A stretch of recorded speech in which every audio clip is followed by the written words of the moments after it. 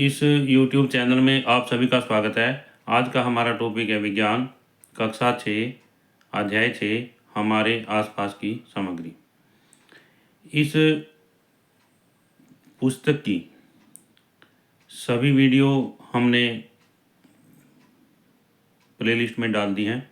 आप प्लेलिस्ट में जा कर के उन सभी वीडियो को देख सकते हैं। इसमें यहाँ पर रस रत्न समुच्चय 10.3 उपादानं भवेतस्या मूसाया मृत्तिका लोहमेव च। मूसा या क्रूसिबल पदार्थों को गलाने के लिए उपयोग किया जाने वाला पात्र। क्रूसिबल क्या चीज़ है? यहाँ पर क्रूसिबल है किसी भी पदार्थ को यदि हम गर्म करते हैं या गलाते हैं, उसको गलाने के लिए जो पात्र उपयोग किया जाता है उसे क्रूसिबल कहते हैं या मूसा कहते हैं। बनाने के लिए प्रयुक्त सामग्री मिट्टी और लोहा है। तो कहने का भावार्थ यह क्या है कि क्रूसिबल को बनाने के लिए जो प्रयुक्त सामग्री है या तो मिट्टी है या लोहा है। इससे आगे है हमारे आसपास की वस्तुओं का अवलोकन। ग्रीष्म अवकाश के बाद घोलन और शीत अपनी नई कक्षा में जाने के लिए उत्साहित हैं। वे अपनी कक्षा में प्रवेश करते हैं और बातचीत करना आरंभ करते हैं। शीत पूछती है, आज तुम स्कूल में क्या लाए हो? इसमें यहाँ पर ग्रीष्मकाल के बाद है। इसमें घोलन और शीत जो है दो जिज्ञासु बच्चे यहाँ पर ये आपस में बातचीत करते हैं कि आप क्या लेकर के आए हो। इसमें घोलन कहता है, देखो मेरे पास नई नोटबुक है, और शीत कहती है, मेरे पास भी नई नोटबुक और पेन है। कुछ समय बाद उनकी विज्ञान की शिक्षिका विद्या जी कक्षा में प्रवेश करती हैं।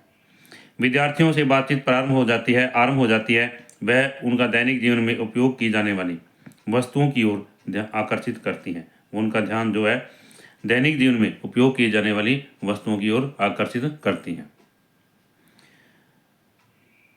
वह पूछती हैं, वस्तुएं एक दूसरे से किस प्रकार समान या किस प्रकार भिन्न है।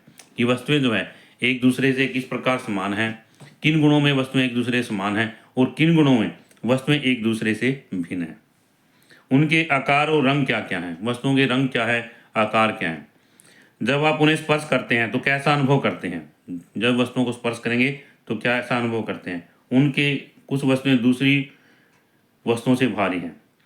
तो इस तरह से वस्तुओं की भिन्नता के बारे में भी आकार, रंग, स्पर्श, हल्की या भारी, इस तरह से सभी वस्तुएं किसी न किसी सामग्री से बनी होती हैं। इसमें क्या है भी क्वेश्चन लिख सकते हैं भी सभी वस्तुएं किससे बनी होती हैं? किसी न किसी सामग्री से। और सामग्री के उदाहरण क्या हैं? कागज, लकड़ी, कपड़ा, कांच, धातु, प्लास्टिक, मिट्टी इत्यादि। सामग्रियों के उदाहरण क्या हैं जिनसे वस्तुएं बनी होती हैं? कांच, लकड़ी, कपड़ा, कांच, धातु, प्लास्टिक इत्यादि। ये क्या है? सामग्रियों के उदाहरण है यहाँ पर। इससे आगे है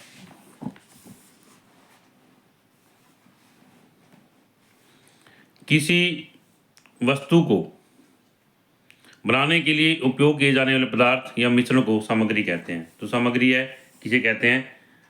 किसी वस्तु को बनाने के लिए उपयोग किए जाने वाले पदार्थ या पदार्थों के मिश्रण को सामग्री कहते हैं। क्रियाकलाप 6.1 आइए पहचानें। अपने आसपास दिखाई देने वाली वस्तुओं की एक सूची बनाएं और उन सामग्रियों के नाम भी तालिका में लिखें।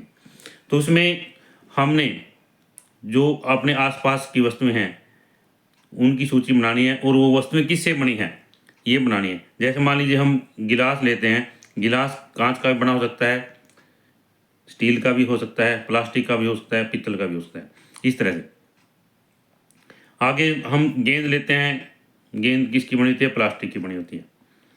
इस तरह से अलग अलग वस्तुएं जो है हम उनका नाम जो है ले सकते हैं और जिस चीज़ से वो बनी होती हैं उसका नाम जो है यहाँ पर लिख सकते हैं। प्रतिदिन के अवलोकनों के आधार पर यह निष्कर्ष निकाला जाता है कि वस्तुएं विभिन्न सामग्रियों की बनी होती हैं। प्रतिदिन हम जो देखते हैं, हम ये निष्कर्ष निकाल सकते हैं कि विभिन्न वस्तुएं जो है विभिन्न सामग्रियों से बनी होती हैं। वस्तुएं किससे बनी होती हैं? विभिन्न सामग्रियों से। किससे बनी होती हैं? भी विभिन्न सामग्रियों से। आइए सामग्रियों के विषय में अधिक जानें। आगे इसमें है, ये है यहाँ पर दिया हुआ, भारतीय उपमहाद्वीप में पाए जाने वाले सबसे पुराने बर्तन 7000 से 8000 वर्ष पूर्व के हैं। भारतीय उपमहाद्वीप है उसमें सबसे पुराने बर्तन कब के हैं? 7000 से 8000 वर्ष पूर्व के हैं। और गंगा के मैदानों, बलूचिस्तान यानी मेहरगढ़ में पाए जाने वाले लगभग 4000 सामान्य संवत पूर्व BCE, संवत पूर्व को BCE कहते हैं इसमें, तो सिंधु सरस्वती मैदानों के कई क्षेत्रों में चाक, घुमाकर बनाए गए मिट्टी के बर्तनों का निर्माण, रंगाई, विविध रंगों के सुरक्षात्मक या सजावटी लेप का अनुप्रयोग, सजावटी पेंटिंग इत्यादि तकनीकें विकसित हुई। यह तकनीकें हड़प्पा सभ्यता के दौरान और भी परिष्कृत हो गई।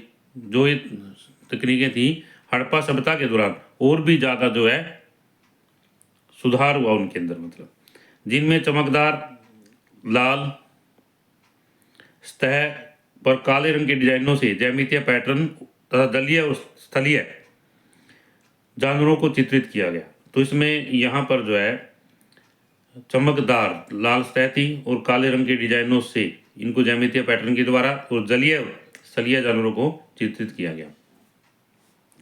हंडिया, थाली, कटोरे और अन्य वस्तुओं को बनाने के लिए उपयोग में लाई जाने वाली मिट्टी का सावधानीपूर्वक चुनाव कर उन्हें साफ किया जाता था। सबसे पहले क्या है, जो बर्तन मिले हैं उसमें कौन से थे भाई? हंडिया, थाली, कटोरे और अन्य वस्तु। तो उनको बनाने के लिए मिट्टी का चुनाव किया जाता था पहले, और फिर छलनी में छानकर गूंदा जाता था। उसे एक घूमते हुए पहिए का आकार दिया जाता था। अंततः भट्टियों में पकाया जाता था। किसमें भाई? कहाँ पकाया जाता था? भट्टियों में इसको पकाया जाता था। इस पकी हुई मिट्टी को टेराकोटा कहते हैं। इस पकी मिट्टी को क्या कहते थे? टेराकोटा। तो इसमें यहाँ पर कह सकते हैं भी टेराकोटा किसे कहते थे? पकी हुई मिट्टी को। प्रश्न है, टेराकोटा किसे कहते थे? पकी हुई मिट्टी को। इन बर्तनों का उपयोग भोजन पकाने से लेकर अनाज, तेल, घी इत्यादि के भंडारण तक के विभिन्न प्रयोजन में किया जाता था। तो जो मिट्टी के बर्तन पकाए जाते थे उनका उपयोग कहाँ किया जाता था? अनाज, तेल, घी इत्यादि के भंडारण में।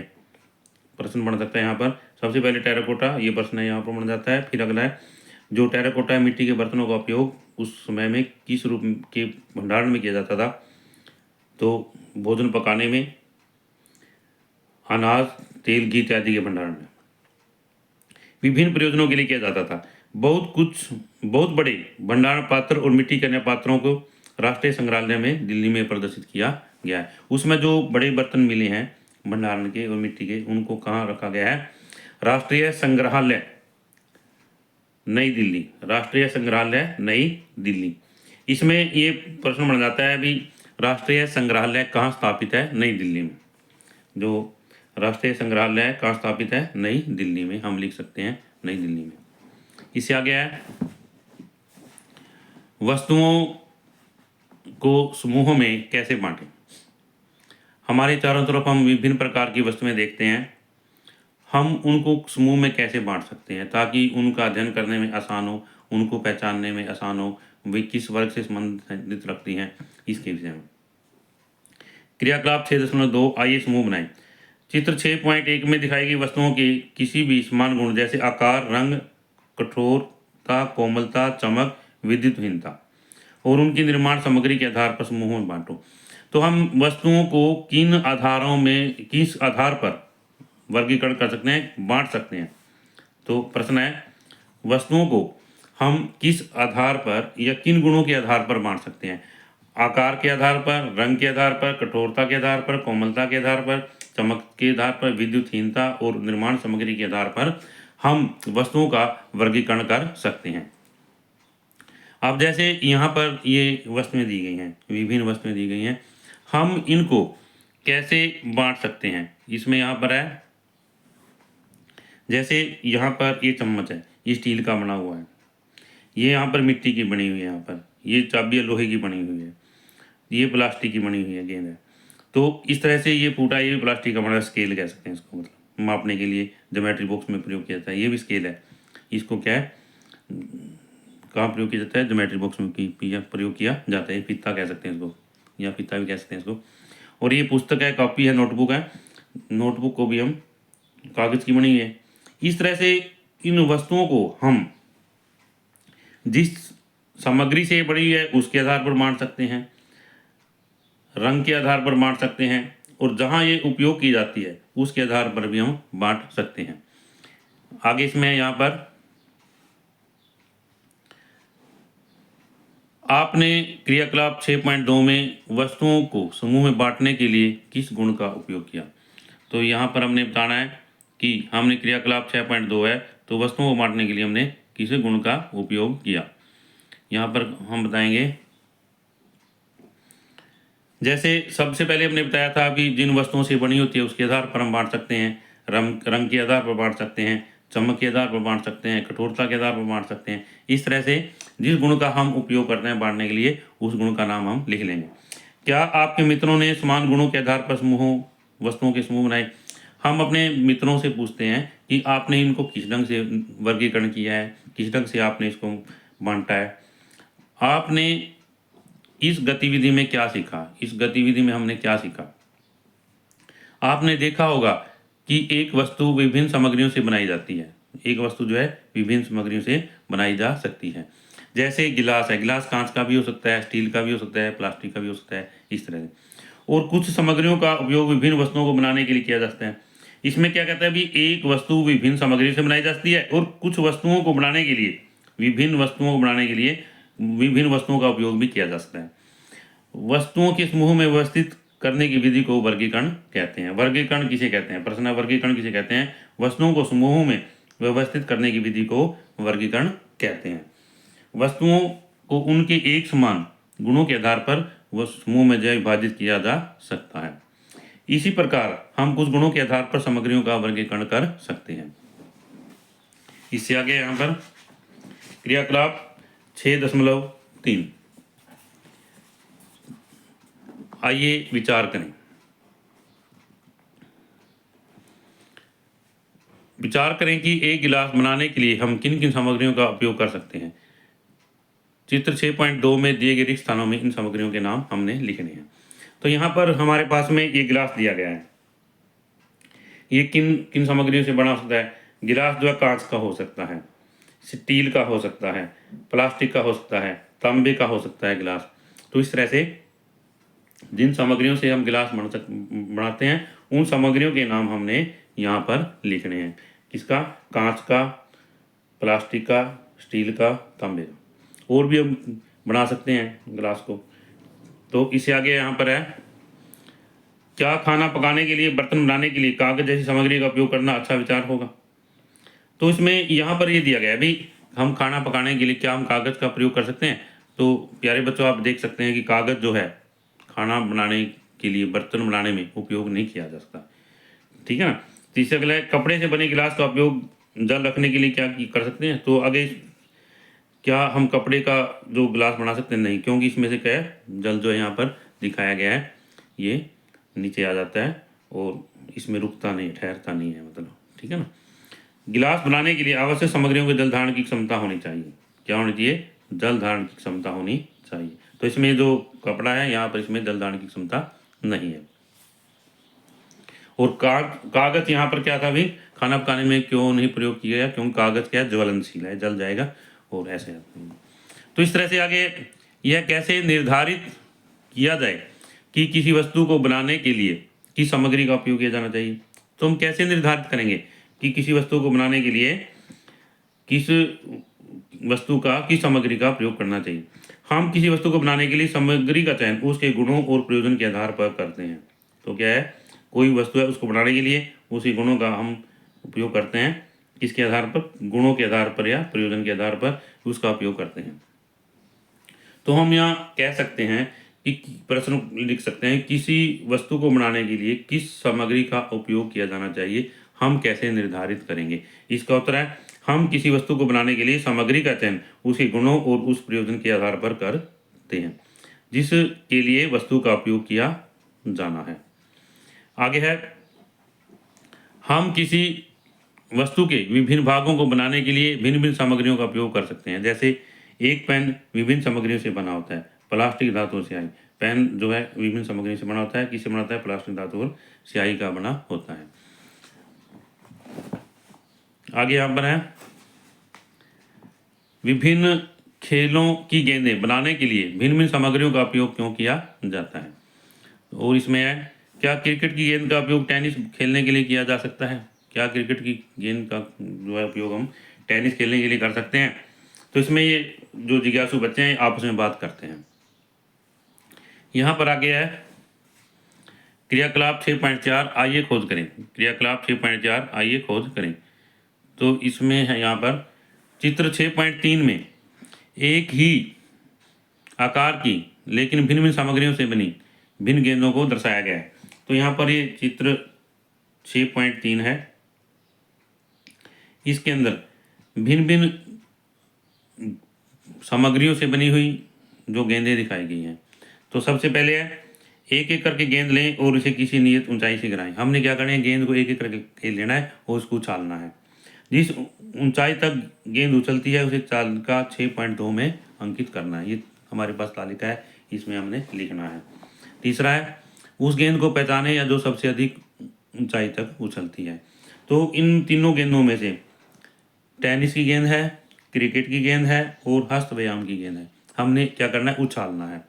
और जो गेंद इसमें सबसे ज़्यादा उछलती है वो लिखनी है हमने यहाँ पर, या एक अंदाजन जो है पैमाना लगा लेना है, अंदाज़ा लगा लेना है कि टेनिस की गेंद है कितनी उछलती है, क्रिकेट की गेंद कितनी उछलती है और हस्त व्यायाम की गेंद जो है कितनी उछलती है। तो यह देख करके हमने तो यहाँ पर ये तालिका जो है पूरी करनी है कि टेनिस की गेंद है उच्च, मध्यम और निम्न, सबसे उच्च है या मध्यम है या निम्न है। इस तरह से क्रिकेट की गेंद, तो इस तरह से आप प्यारे बच्चों आप इस तालिका को पूरा कर सकते हैं।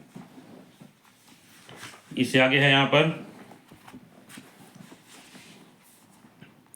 खेल की गेंदों के अन्य गुणों पर कक्षा में चर्चा करें, जैसा उनका रंग, गठन, कठोर या मुलायम, और वे कितनी ऊंचाई तक उछलती हैं।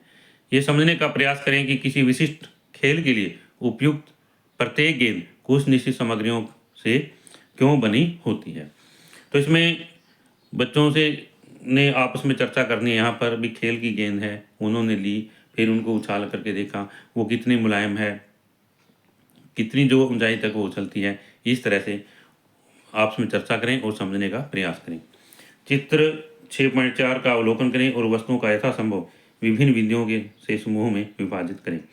तो इसमें यहाँ पर है, ये चित्र 6.4 दिखाया गया है, वस्तुओं का समूहीकरण। वस्तुओं का समूहीकरण किसके आधार पर है? आकार के आधार पर। यहाँ पर विभिन्न आकार की वस्तुएं जो है, विभिन्न आकार जो है दिखाए गए हैं, मतलब विभिन्न आकार की वस्तुएं दिखाई गई हैं। मतलब आपने इन वस्तुओं को उनके आकार, रंग या जिस सामग्री से बनी है उनके आधार पर वस्तुओं को विभाजित किया होगा। किसके आधार पर? आकार, रंग या जिस सामग्री से बनी होती है। तीन बातें बताई गई हैं, वस्तुओं के आकार के आधार पर, रंग के आधार पर, या जिस सामग्री से वस्तु बनी है उसके आधार पर वस्तुओं को समूह में विभाजित किया होगा। हमने सीखा कि वस्तुओं को उनके गुणों के आधार पर वर्गीकृत किया जाता है। उदाहरण के लिए घर की रसोई में हम सामान्यतः एक जैसे बर्तनों को एक साथ रखते हैं। इसी प्रकार एक पंसारी सामान्यतः सभी प्रकार के मसाले एक कोने में रखता है। तो इसमें यहाँ पर एक पंसारी है, वो वस्तुओं को ढूंढने के लिए या वस्तुओं को एडजस्ट करने के लिए दुकान में एक समान वस्तुओं को एक साइड में रखता है। जैसे मसालों का उदाहरण दिया यहाँ पर, भी मसाले जो है एक कोने में रखता है, दालें और अनाज दूसरे कोने में रखता है इत्यादि। आप किसी भी दवा की दुकान में जाकर के जानकारी प्राप्त कर सकते हैं कि दवाओं को रखने की व्यवस्था कैसे की गई है। इस तरह से आज की इस वीडियो में हम इतना ही अध्ययन करेंगे और इससे आगे हम अगली वीडियो में अध्ययन करेंगे इस अध्याय का। और यदि यह वीडियो आपको अच्छी लगे तो आप इस वीडियो को लाइक करें, शेयर करें, और यदि आप इस चैनल पर नए हैं तो इस चैनल को सब्सक्राइब करें ताकि इस तरह की वीडियो आपको मिलती रहे।